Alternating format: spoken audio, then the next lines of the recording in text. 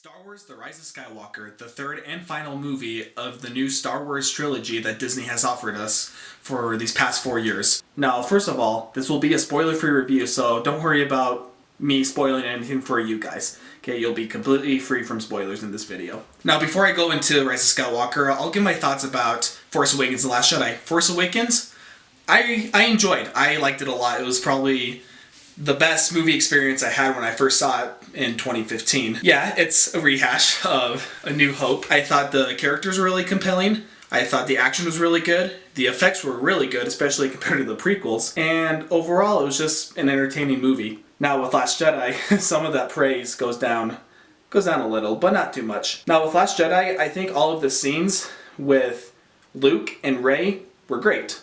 And Kylo Ren. They were all great. But all of the other scenes that had to do with the Resistance, with with Finn and Rose going on that side quest, I thought was pointless. It added to nothing to the overall film, and the film ended in such a confusing way that so many audiences didn't know where it was going to go. With how Last Jedi ended, I kind of had not the highest expectations going into Rise of Skywalker, but nevertheless, it's a Star Wars movie, and as you can tell, I love Star Wars.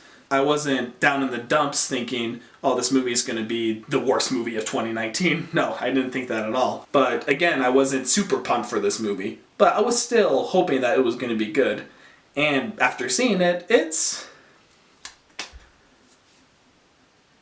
well, let's start with the good stuff. The acting in the movie is really good. From all of the performances, from Daisy Ridley to Oscar Isaac to Carrie Fisher to Adam Driver, all of the performances are good. I really enjoyed them.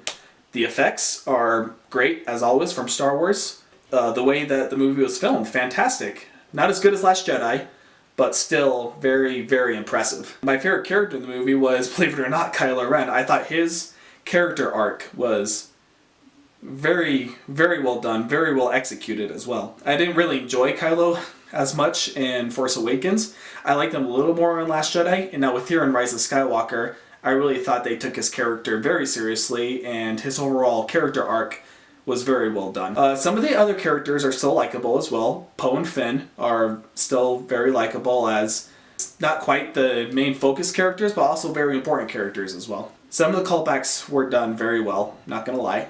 Yeah, besides that, I kind of think that's where the praising kind of ends right there.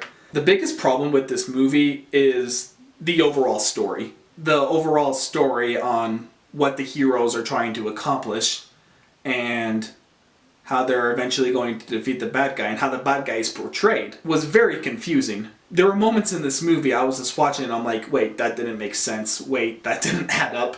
You started with this side story and then you go nowhere with it. They went nowhere with it. It was very, very odd, to say the least. And by the time the movie was over, I was just sitting there and I'm like, it's not a bad movie, but I feel like nothing was learned. Nothing was...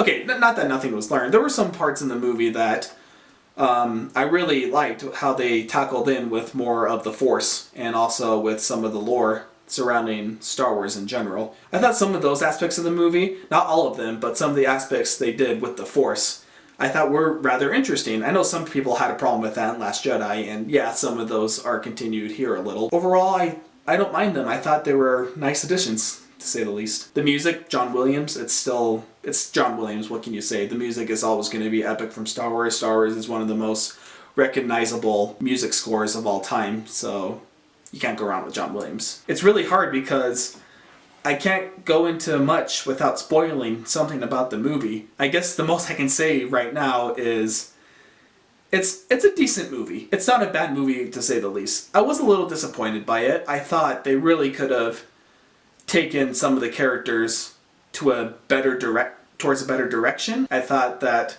the story could have ended in such a more satisfying way. Again, my biggest problem is how the villain is portrayed in the movie and how he came to be, which did not add up at all. There were surprises in the movie, but the surprises were rather hit and miss for me, to say the least. So my overall recommendation, if you are a Star Wars fan, if you did not like Last Jedi, like hated it to your core, you probably won't like Rise of Skywalker either. But if you enjoy the Star Wars movies, like maybe you're not a big fan, but you still enjoy watching them, you enjoy watching sci-fi movies, then Rise of Skywalker it'll do it for you. You'll be entertained. I was entertained throughout quite a bit of this movie. Now I know this review is all convoluted and all over the place, but don't worry, in a week from now I will do a spoiler review, and in that spoiler review I will give my overall rating of the movie. So just watch out for that. Thank you for tuning in to watch this review. If you like what you see here, you can click right below and subscribe, because Porter Williams movie reviews